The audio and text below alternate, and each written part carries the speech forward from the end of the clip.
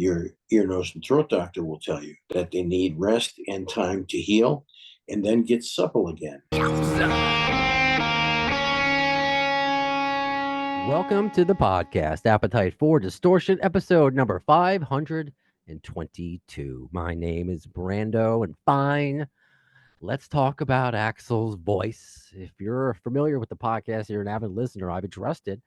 I've spoken about it, but it seems to be the big thing now to just make a unique content creator thing of just talking about Axl's vibe and shitting on him, and I'm tired of it.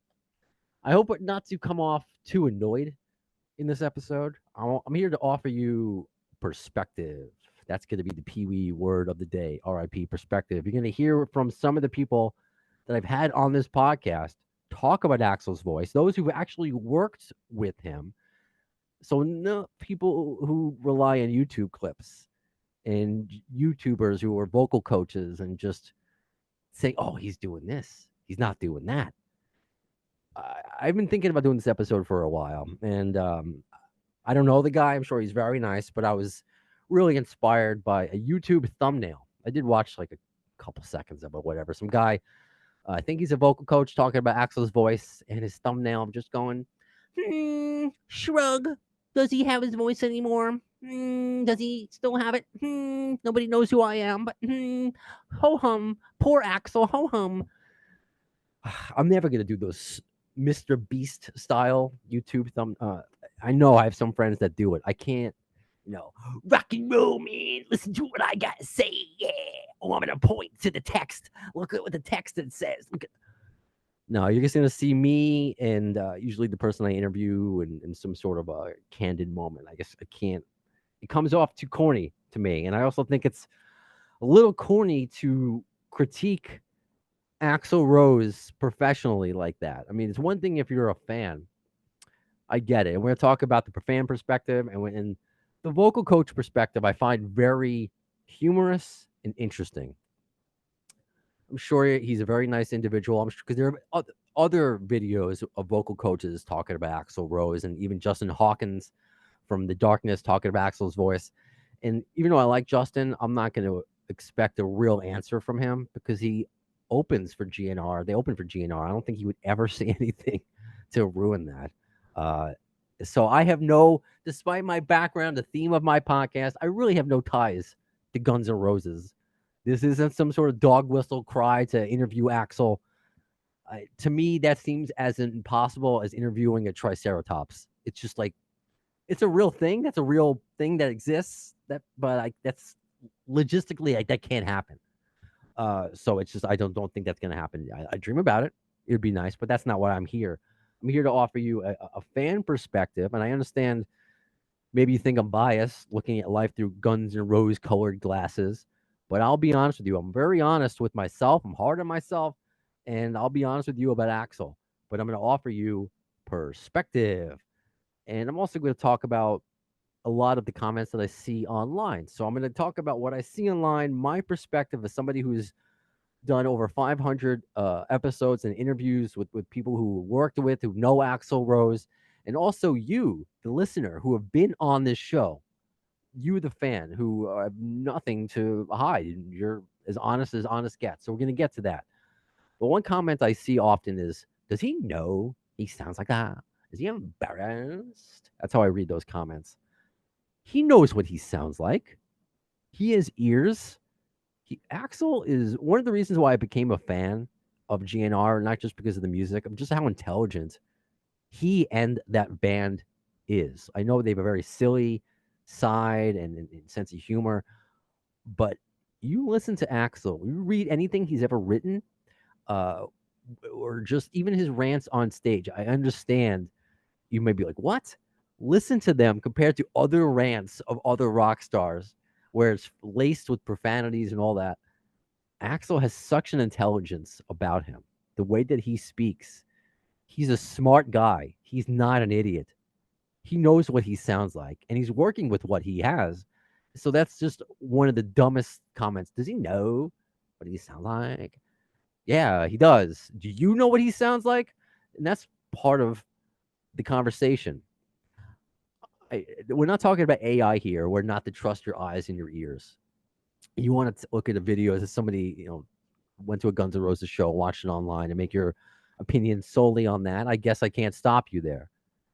But I've had actual fans on this show. I'm not talking about just myself, in my opinion. Go back.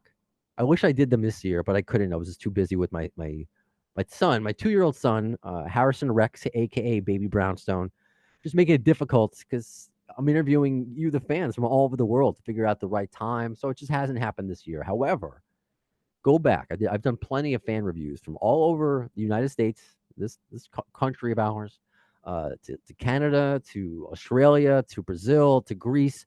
So many different countries where Guns N' Roses and Axl Rose has visited, different venues with different acoustics, getting different opinion. You're going to hear from fans that were actually there. He sounds so much better live. You're going to hear that constantly. This isn't, I'm not looking at life through Guns N' Rose colored glasses. It is different live than in person. It's like hockey. Some people don't like watching hockey on TV, but in person, whoa, this is my new favorite thing. So there is a major difference between online and in person. So if you're a vocal coach or a YouTuber or whatever, critiquing Axl Rose by breaking down online clips, I think there's only so much to be taken from that. And I guess hope there's some sort of humility there on the critiquer's part, saying that, here's what I think. Maybe there's a breathing issue there, but this could have happened, that could have happened. It's like in sports when somebody's trying to, oh, what went wrong in the play? Why did they throw that interception? Where did the fumble happen? And it's just people in the studio now critiquing it. Yeah, they may get it right, but they may not. They were not there in the play, having to make the decisions that they needed to make that caused the reaction or whatever the result in the play. So you don't know why Axl may be mistiming. There was something that went viral. There was an inner ear monitor feed that you can hear between Guns N' Roses and Axl communicating to people. And there was a kind of a funny one where he's trying to communicate with the new drummer, Isaac Carpenter, about what song to play, and he couldn't hear him. And he was like yelling at him. It sounded like real old Axl. Bad obsession. And Isaac was playing Mr. Brownstone. There's so many things that can go wrong with the inner ear monitor. So many things. And that's what has been said about Black Sabbath. Was there a timing back to the beginning with Axl? Was there a timing issue? These things happen because he is a human being. Oh, but if you can do it in rehearsal, or if you can do it at all, if you know how to breathe, why can't you do it there? Again, the human element, which is I'm going to make sports analogies.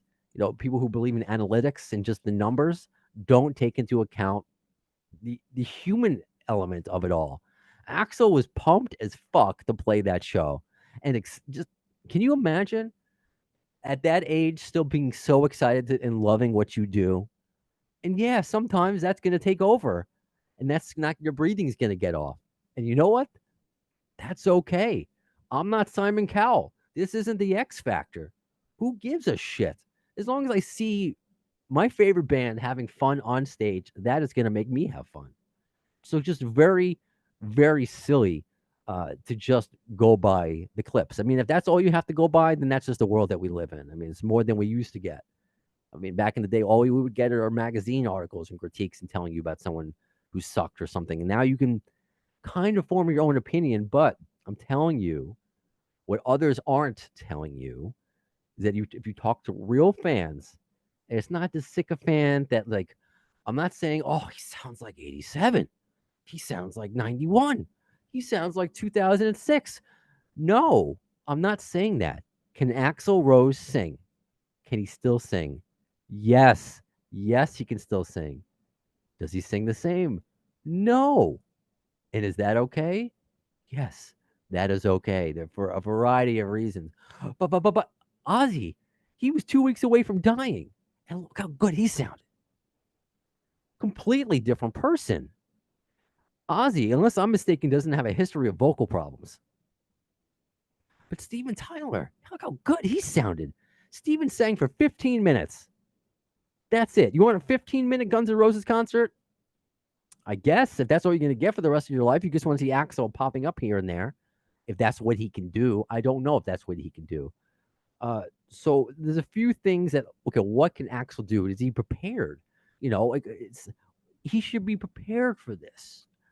Well, he is prepared for this. So I'm going to play some clips for you of interviews that I've done. People who have worked with Axl who know a hell of a lot more than you and I about his approach to things. So here's Chris Slade, former AC/DC drummer, but how Axl Rose would warm up before and cool down after the show. In my experience, he was great, very professional. He was never late, anywhere, anytime. And he used to warm up 2 hours before every show and warm down for 2 hours every show, because I know that for a fact because I was next door to him. That's somebody who knows this is serious, who knows this is serious work. To do that 2 hours before and after, that's hard, man. And that kind of aligns itself to what Doug Goldstein, a former Guns N' Roses manager, told me, is that, yeah, he will spend, I think at one point during the Illusion tours, he had a 4-hour routine, whether you want to believe it or not, because it's coming from Doug, but he had you got a 2-hour routine. Maybe that's what Doug meant, the 4-hour routine, the 2 hours before and after. Maybe that's what he meant. But how he was everything needed to be just so. Well, if it's just so, how can he let this happen? How can he let this happen to his voice? Did he ruin it with AC/DC? I think that's an easy thing to say and to point to, and maybe there is some truth to that. I don't know. I was up front, Madison Square Garden, one of the best shows I've ever seen, if not the best show I've seen. I couldn't believe how good he sounded. Neither did anybody around me. Like, Axl is going to sing this? I don't know how this is going to sound out. And as soon as those first few notes started, man, he destroyed. He killed it. He is famously known for having killed that role. Did he kill his voice? The problem started way back before then. So I had the privilege and honor of interviewing Lou Gramm from Foreigner. And I was just going to ask him about what he thought about Axl as a vocalist from the 80s, about just being two different singers in the same era, what he thought. And this is the answer he gave me. Axl's voice, he had a great range, but I could tell that he was, because they toured a lot too, I could tell that he was damaging his vocal cords simply by the way he sang. I know that when I sing towards the end of the night, some of my high range starts to go a little bit. You kind of have to acknowledge the characteristics of your voice, and when they're tired, if you keep pushing them at that level, they're damaged, and you shouldn't be singing for the next 6 months. Your ear, nose, and throat doctor will tell you that they need rest and time to heal and then get supple again. When you sing too often and too hard, there's something called nodes that develop on your vocal cords, and they're like little tiny hard calluses. Very interesting. And Axl has a documented history of throat problems, of going to different doctors and different specialists. Whether you want to believe Doug Goldstein or not, that was the reason why Axl left the stage for the Montreal riot before that happened. Because why would Axl do an hour show and then just decide to leave? According to Doug, he goes to the side of the stage when he's singing. He's like, I got no voice left. That happened a lot during the Illusions. And he forced himself out there. He forced himself out there for a lot of reasons, because he wasn't mentally there. That's also been documented, that he was just they kept him on the road because they knew, and they were right, as soon as he came off the road, that band was going to break up. And that's exactly what happened. But he pushed himself years ago, well before Axl DC, what I call Axl DC, is that what happened? Was that the final nail in the proverbial coffin? I don't know. I don't know. He is just too intelligent to know, and has the right doctors around him to know what to do, what not to do. And maybe part of me thinks that if he sings the way that he did with Axl DC now, he may destroy his voice. This is just me theorizing. maybe this is a stylistic choice to preserve. Otherwise, if he starts, I'm gonna be like Axl, and then all of a sudden my throat's gonna be bloody after a half an hour, and then I'm done, and then you're never getting Axl again. I don't know if that's the case, but that's certainly that I think that needs to be taken into account because he's somebody that. Why would he forget to know how to sing? Axl Rose, little Bill Bailey, was in choir. He was a choir boy. He's been singing since he was a little kid. And he worked with Ron Anderson, one of the greatest vocal coaches, arguably of all time. Rest in peace, Ron. He knows what he's doing. He knows what he sounds like. I know there are many people who blamed it on the extra weight. He had some extra weight during AC/DC, and he sounded fantastic. That's a whole other conversation, by the way. The physical attacks. And I'm glad some of the trolls now. Oh, he lost all that weight. Finally, he looks great. I'm here to tell you, somebody who talks to the fans and have interviewed people. Axl has never had a problem getting girls. So if you, Mr. Troll, thinks Axl is ugly or fat or old, do you want to date him? Do you want to be attracted to him again? What do you care? I have never seen an issue online. Some of these comments from women to Axl, my God, that's where I always felt like that's when you know you're famous. Like you just like you can tweet anything and just people like marry me and this and then. So I don't think that had anything to do with it. It could. I mean, I make sports analogies. It's interesting because CC Sabathia, as I'm wearing a Yankees hat, was recently inducted into the Hall of Fame, and he lost a lot of weight after retirement because he was a bigger dude. He needed that weight to pitch, and people called him fat back then. He needed that weight to pitch to be the best at his ability, and now he's at a different phase of his life, kind of like Dave Bautista, wrestler. That's another more of the athlete analogy, changing your body type as you get older because it's different.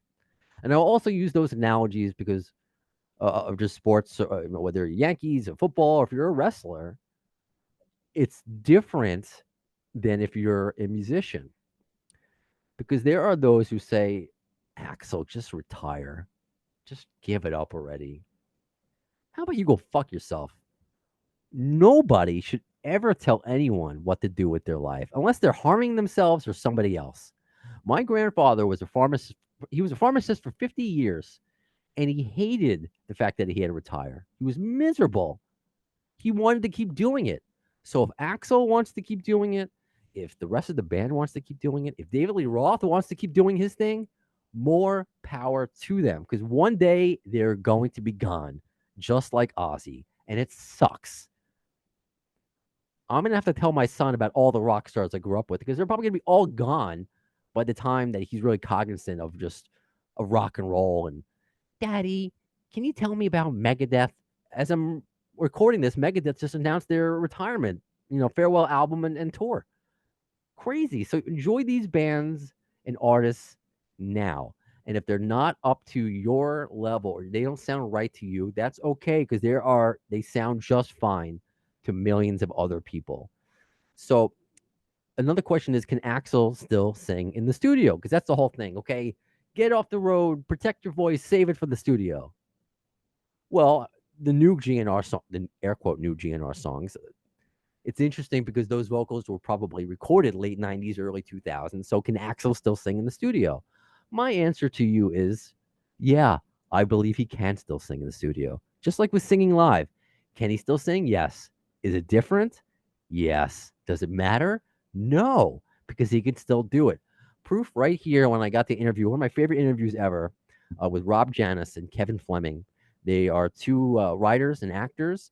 They wrote for the new Looney Tunes cartoon, and I'm sure you remember that Axl was in the Looney Tunes, and he sang a song, Rock the Rock. We couldn't believe that we had new Axl from Looney Tunes, the first thing since Chinese Democracy, and they were there in studio with him when he recorded the song. And this is Axl's approach to recording new music.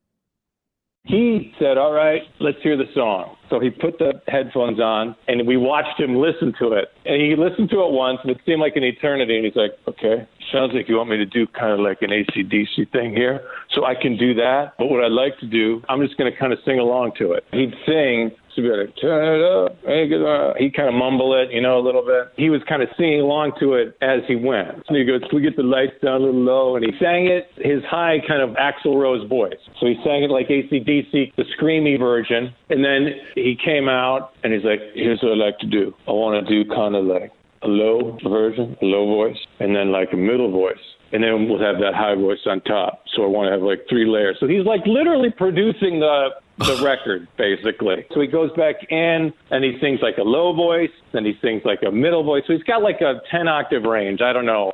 So he can still do it. And if you want to even go more current, and the fact that how much effort he puts into it, and because the whole lazy thing, I think that's when people call Axl lazy, that's a lazy cop out to call him because you don't know what's going on behind the scenes. So I got to interview Michael Schenker last year, and Axl and Slash were both on his guests on his album. This is UFO, like my 50 years with UFO. And Axl has sang on one song, Love to Love, but he actually originally sang on 3, as Michael told us on the podcast.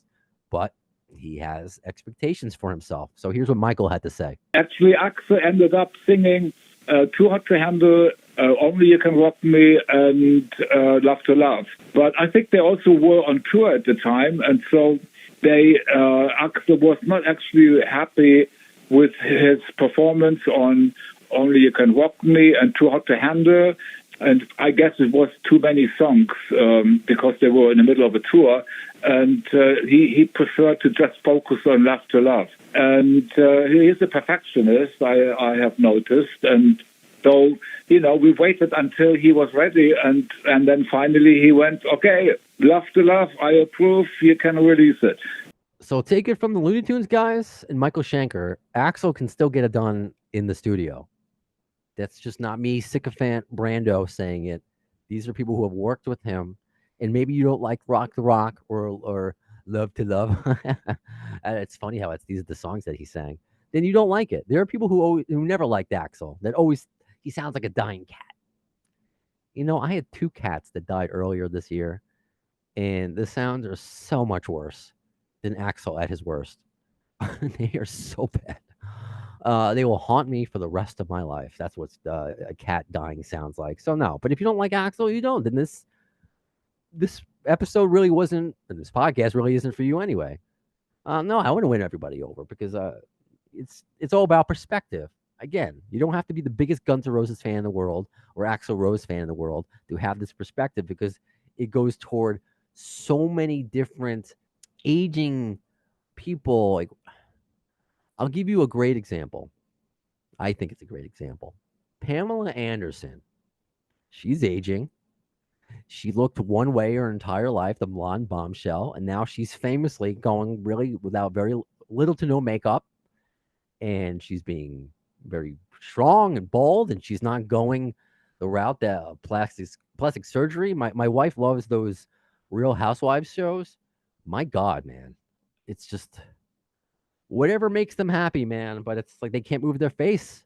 They can't move their face. So Pamela Anderson is not doing it, but you're still going to find people who criticize her for aging gracefully. So Axl's voice can't age the way that it's aging. Oh, but this person's still hot at that, at this age. Why can't Pamela Anderson be as hot as, look at, but I'm using an example. Axl, he doesn't sound like this, but this person, Steven Tyler, sounds like this. Everybody is different. There's a different medical histories, different chemical makeup. Everybody is different. So the judge, Axl by others is just very silly. But I will compare it to David Lee Roth and Vince Neil now, because that's what some people like to do. David Lee Roth, I understand he's been having some vocal issues last few years. I never thought it was as bad as people are making it out to be, because he was more of like a speaky, singy way rather than singing. And again, that's like him adjusting and being different. I'll never forget what Johnny Cash sounded like when he was older. It's just different. But what David Lee Roth now has done, and he has his issues. You don't have to like him, whatever. But what I think he's doing right now is really brave and putting himself out there because he has backup singers. He's not hiding it. He's not doing a fake track that he's lying to you about. It looks like he has like the starting lineup of the Knicks behind him. He's like a little Jewish guy like me. He's like 5 big black guys behind him, all rocking out to Van Halen. That looks awesome. All those clips online that people that are hating on, just like how people hate on the clips online with Axl, that looks fun. I would, if Daily Roth comes around here, I'm going to go see him. Because one day Eddie Van Halen's not here. David Lee Roth is still here. If you don't want to go, it's not for you, that's fine. But he's out there. Oh, retire. No. Retire when you want to retire. Look, if you want to be like Frankie Valli, rather, who's singing at 90, air quote singing, who's really just singing along to a track, and you know that. Assuming he is meant, he's got to be all there. He knows what he's doing. He's just 90, and it just doesn't look like it, but he's out there performing. Let him do it. I'd rather see Frankie Valli pantomime than somebody covering his songs. I'd rather see him, the guy who was there, than some doo-wop cover band. That's why it's just a very stupid comment when anyone's ever said, "Oh, Axl should be replaced." Get the guy from Adler's band in there. It's a different band then. It's not Axl singing those songs. I want to see the guys who did the thing, no matter what, if they can still do the thing. A good example, I think, with that, to get compare it to music, would be wrestling. I'm a big wrestling fan. By the way, my previous interview I did with Karrion Kross, who was let go, or they let his contract expire. WWE, come on, what are we doing? He's awesome. Bring him back. It just goes to show you never know what can happen in a short amount of time. So enjoy the time that we got now. If Axl's doing this now, enjoy it now, because he was gone for a long time. And where was Slash? Up his ass, as he said. They're together now, and they've been together for as longer than they were in the first place. So go back to wrestling. John Cena's on his farewell tour. He said his body's hurting, but he doesn't want to take a slot away from a younger person. He has his reasons. No one's telling him to retire. No one told him. This is his decision. Now, Chris Jericho, who I really hope to get on the podcast one day, in AEW, and I've heard chants of, because he doesn't look the same. He looks like a 50-year-old guy rather than 20-year-old Y2J. Chants of, please retire. Go fuck yourself. There was a great response with Chris Jericho where he was at a Rolling Stone show, and he was doing that chant facetiously to Mick Jagger. So you're going to tell Mick Jagger to retire? Because he's up there. He still loves doing it. Jericho still loves doing it. Axl still loves doing it. Again, unless you're going to hurt yourself, like if him performing, like, wow, if I keep performing, I'm really going to destroy my voice. I got to take like a year off or something like that. Or I got to straight up, like Steven Tyler, I got to straight up retire from touring. Otherwise, I'm going to destroy my voice. I'm going to destroy myself, and I'm not going to enjoy the rest of my life. Then keep doing it. Who are you or anybody to tell Axl or anybody else not to do it? It's obnoxious. It's obnoxious, and it's fucking arrogant. Stop. I feel like it's obnoxious and it's arrogant. Again, I need to reiterate that. To tell someone else, if you don't like it, you think he sounds like shit, you think he sounds like Mickey Mouse, then don't listen to it. I'm not going to be a fake fan or a fake person and say that he sounds great all the time. Do I hear those really mean analogies, the Mickey Mouse, the Herbert from Family Guy? Yeah, I can hear those at times. But you know what? When I listen to myself back in the podcast, I sound like Mr. Fran Drescher, Mr. Shuffy. I sound like a Jew from Long Island because that's what I am. I pick apart my voice. I make fun of myself. You could do that with anybody. You want to make fun of Axl? You could. People aren't doing that, which you shouldn't. With Slash, there are times I listen to Slash and I'm like, that doesn't really sound like Sweet Child of Mine. Especially in the commercial one video that he the commercial. No, it was whatever. It was a bank commercial I forget the name of the band. Who gives a fuck? And he was doing the solo for Sweet Child, and it sounded weird. I don't know, man. I'm not a musician. Let him do what he's gonna do. I'm like, oh, Slash is in a commercial. Cool. I get to talk about it. These people are still around, living their life. Because again, one day they're gonna be gone. It doesn't really rub me any sort of way. It rubs me a certain way when those who can't are, are criticizing. Oh, but Brando, I'm a diehard Guns N' Roses fan. I love Axl. You got to be real. He doesn't sound good. Look, I'm telling you, there are times where he sounds good, and there are times that he doesn't. It's like with a lot of people, a lot of musicians. If you're out there, this isn't American Idol. He is making adjustments, and you hear it with the lower register, with Melissa Reese helping out on vocals. Should he do more? I don't know. Maybe that's something to come. Maybe it's got to be so difficult when you sang a certain way your entire life. It's like an athlete. Derek Jeter, I've been hitting a ball this way my entire life. Why can't I make contact anymore? Chris Jericho, I've been able to do this moonsault my entire life. I can't do it anymore. It's mentally, I know how to do it, but I physically can't do it. Then you have to adjust. Great. I think Axl, and that's also easier said than done, because I don't know how to do it. Maybe these vocal coaches, know how to do it, breathing techniques. These are things that I guarantee you Axl already knows. You're not telling him anything that he doesn't know. Oh, YouTuber, you cracked the code. Axl couldn't do it with his billions of dollars and all this. He knows what he needs to do. And I hope he's not online, because he doesn't deserve all that hate.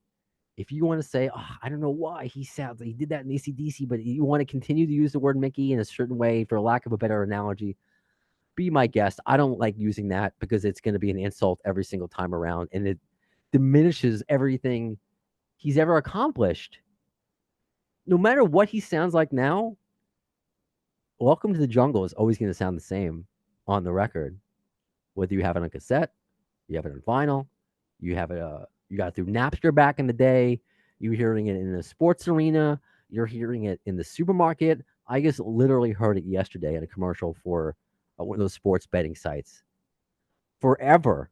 His voice is forever. He doesn't need to prove himself anymore.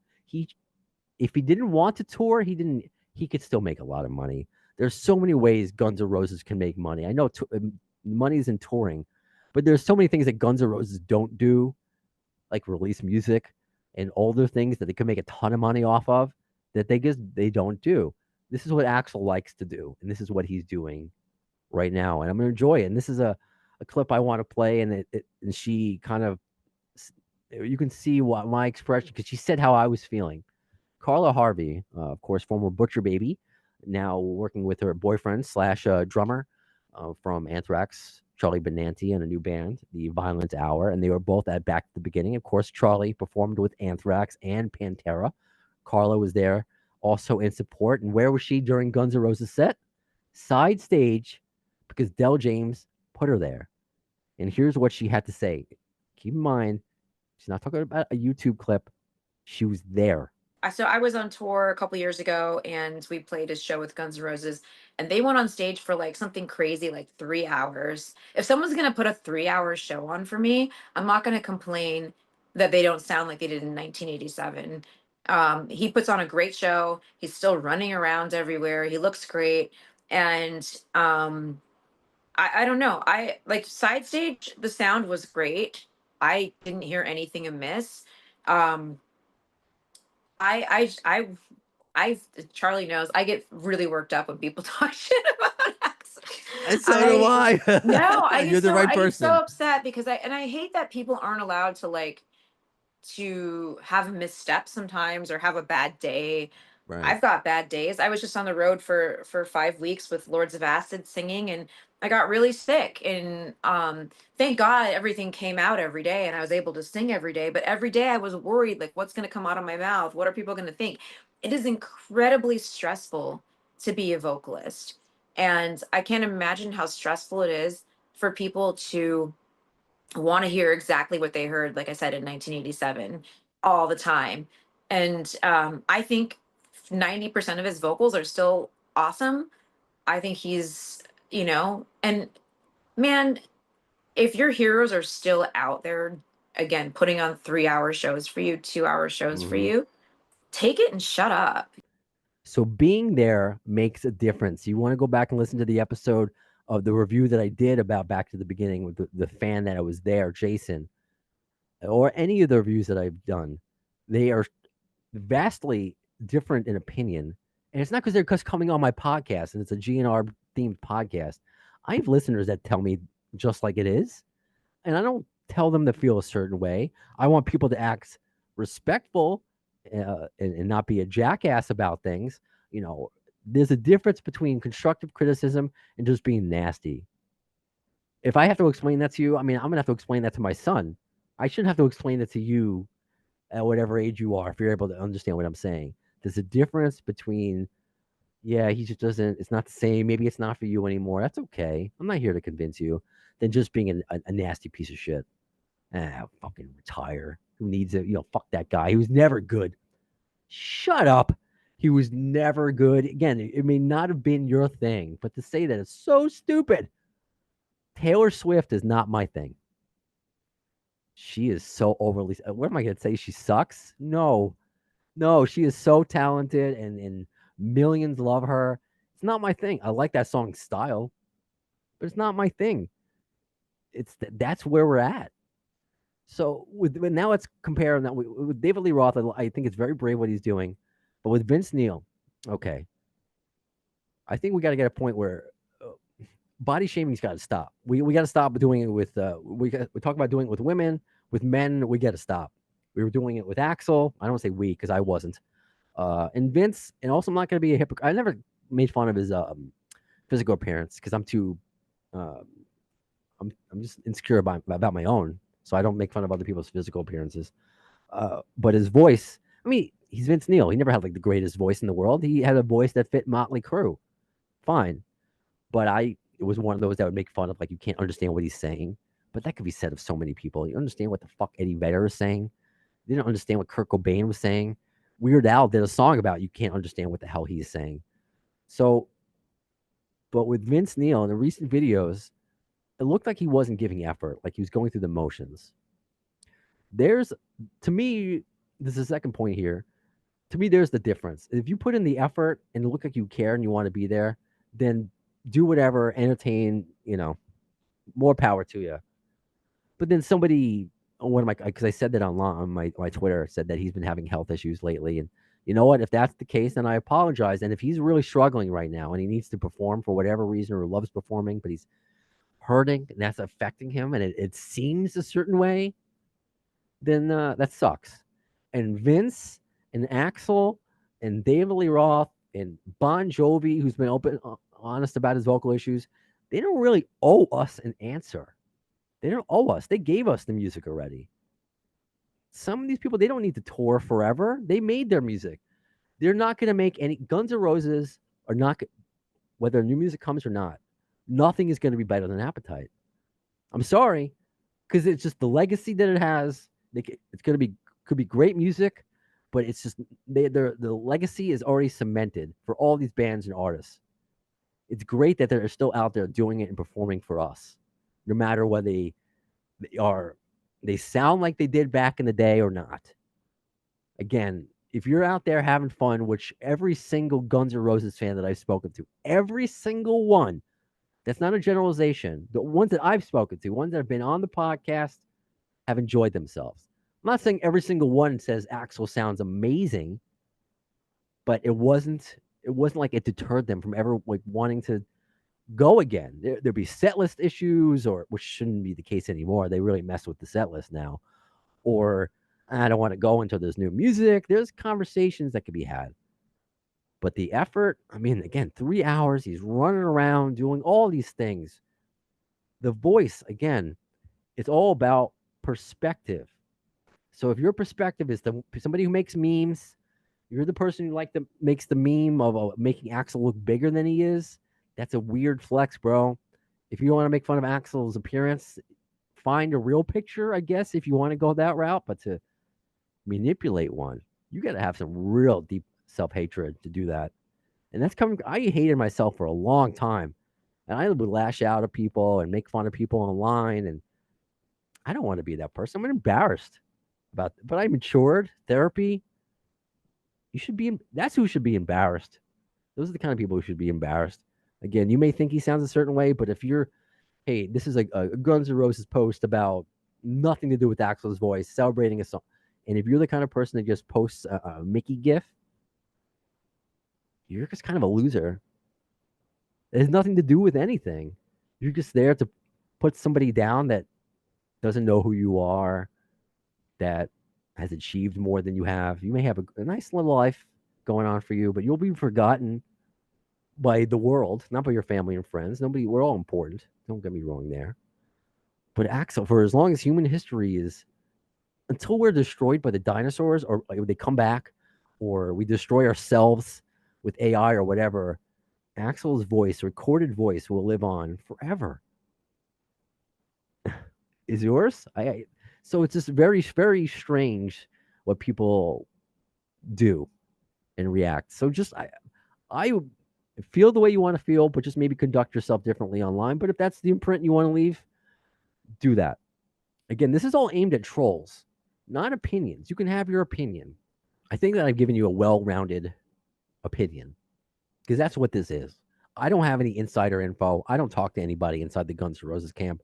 Richard Fortas follows me on Instagram. We message each other every now and then, nothing serious. But I don't know what's really going on.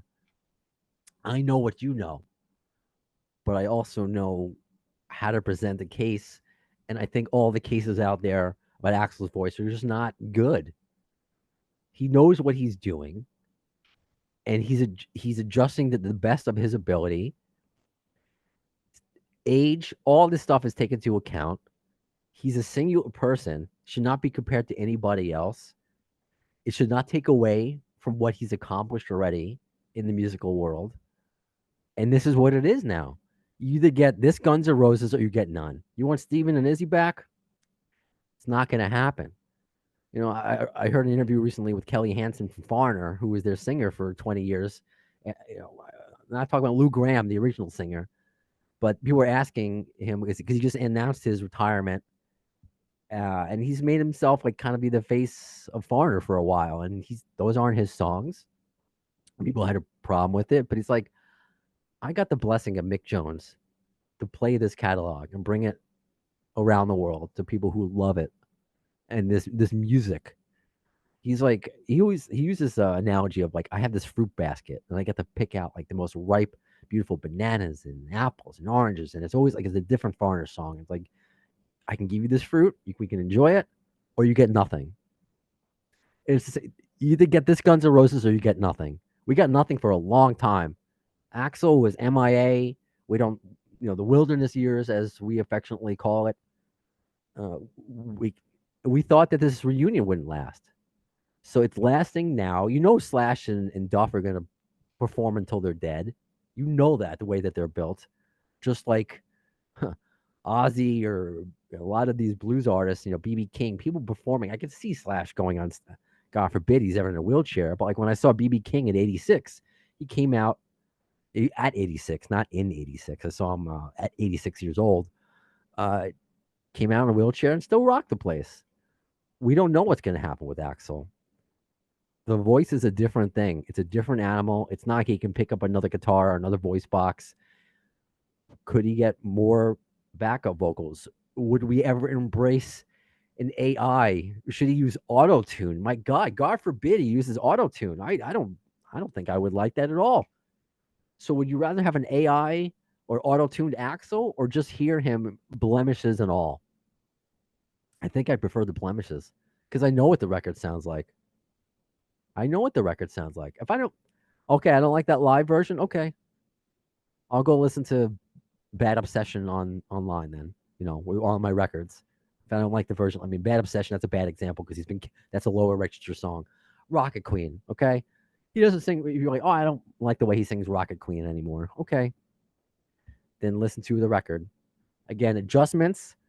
It's going to be very interesting how they keep going forward, because I don't think that the tour is not going to stop this year or next.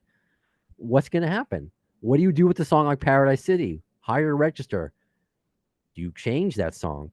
I don't think you can ever drop it, because I think Guns N' Roses have always played that song. It's a popular song. You can't get rid of it. So there's just so many things to take into account why they do what they do and why Axl sounds the way that he does, the choices that he makes. It's not just does he have it or does he not. There's so much more to it than that. And it's more than I could tell you in these 40-something minutes, and more than any vocal coach on this platform or whatever could tell you. Only Axl can tell you what's really going on. So you can either enjoy it or shut the fuck up. Get bent. Don't enjoy it anymore. Okay? That's it. Let people enjoy things. We live in a world where we're supposed to be supportive of mental health, and you have fans who love and adore Guns N' Roses, and you'll see those certain fans inject themselves into certain conversations just to say, hey, he sucks now. This what dopamine fix are you getting from doing that? It's just that's all social media. That's not with just Guns N' Roses. That's just a strange way of how people interact now. Just trying to make people angry or telling them that their way of thinking sucks, that they're right, that you're wrong. I see that stuff online all day. I could say I'm sometimes I've typed out a response to somebody and I've just said, you know what, forget it. I don't need to respond to this. I'm just moving on with my life. So just move on with your life if Axl Rose sounds that bad to you now. Because you know what, again, he can sing because he's out there doing it, and the fans hear it, the ones that are there, and they're still paying to see it. So you're casting a shadow over something that he's doing successfully now. And while you may not be inaccurate with some of your assessment, this is what I learned in therapy. It's all perspective. You're looking at a really poor perspective. Just look at it different. And again, mental health and Axl Rose, knowing his history, knowing that this was a kid that was so horrifically abused. That's putting it lightly. Horrifically abused as a child. His life could have gone so different. He could have ended up like Kurt Cobain. As horrible as that is to say, that's accurate, that he could have ended up like Kurt Cobain. That he's 63 years old now, smiling on stage, hugging Slash, autographs galore, taking pictures with fans. And it's going to bother you that he doesn't sound right, that you're going to focus on he sounds like a cartoon character, and I'm going to make a meme of that. I'm going to make a video of that where it's Guns N' Roses, but I'm going to superimpose Mickey Mouse's face onto it, because you know what? I hate myself and I have nothing else to do with my time. I'm here doing this around my other jobs, trying to spew as much positivity as possible. I don't think I'm really wasting my time doing this, but if you want to waste your time on hate, focusing on the negative things, do it. Then do it. Enjoy your life. Axl's enjoying his. I'm going to enjoy mine. And this is just one of the quotes that lives rent-free in my head from this podcast. And this goes towards Axl Rose. And this is not like, I'm not trying to defame it. Axl doesn't need my defense. Famous people don't need my defense. This is more of a mental health conversation about if you really are a mental health advocate, be careful what you say online, because you don't know who reads it, whether it's the famous person or a fan or whatever. This is from Dave Navarro talking about depression and how it doesn't matter if you're the common man or you seemingly have everything. I've suffered with depression my whole life, okay? I lost my mother to murder at 15. So I have a deeply rooted history in trauma and PTSD. I was lucky enough to join a band at 17, Jane's Addiction, and there were all these finish lines in my head, like, once we get a record deal, I'm gonna be okay. Once we get a gold record, we're gonna be okay. Once I make a certain amount of money, we're gonna be okay. Once we get a certain level of visibility, or I get a certain girl, or once I make it here, I'm gonna be okay. And I'm here to tell you that there is no external thing that is going to fix the deep-rooted problem of trauma. So it's not about like, well, he had everything. Why was he depressed? Depression is a mental disorder. It is something that can be worked with and can be held and guided and healed. So look, I've been guilty too of being a hater. I don't want to be that way.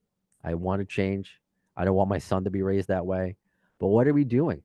What are we doing that we're spending so much time focusing on this guy's voice when we hear, we know there's weakness. It's like Paul McCartney, when people start criticizing his voice at the SNL performance, it's Paul McCartney. What are we doing? Do you criticize your mom for getting older? Hey, Grandpa, how come you don't? What's with all the wrinkles on your face? It happens to all of us. It happens to all of us. So just take that into account. The next time you watch a Guns N' Roses or an Axl Rose clip online, and hopefully I'll see you at the next Guns N' Roses show. All right. So that does it for this episode of Appetite for Distortion. Please let me know your thoughts, whether it's on the YouTube comments or wherever you listen to the podcast. Conversation continues in between the broadcasts on social media, Facebook, Twitter, Instagram. Leave me a message on the website, afdpod.com. Lots of things to do up there. Buy merch. Check out Guns N' Roses on this day. If you check out every day, you can find out what happened in the history of GNR or GNR adjacent. And also before I leave, because it's up on the website now, rest in peace, because it's the highlight of the day. But rest in peace to David Roach from Junkyard. He had been battling cancer and just a lot of physical problems and financial issues the last few years. And I guess I'm just glad he's not suffering anymore. I really enjoyed my 2 conversations with him. Just a very kind man. Junkyard perhaps never got the respect they deserve in the landscape of rock and roll. Like those who know. But it's just very sad. So I just want to say before I get out of here, rest in peace to David Roach. See, you could be gone the next day. You could be gone. So before you tell Axl Rose to retire, before you tell Chris Jericho to retire, before you tell Pamela Anderson to not make movies anymore, look in the mirror and just realize you're going to be gone one day too. All right, so that does it for this episode of Appetite for Distortion. When will you see the next one? In the words of Axl Rose concerning Chinese democracy, I don't know if soon is the word, but you'll see it. Thanks to the lame ass security, I'm going home.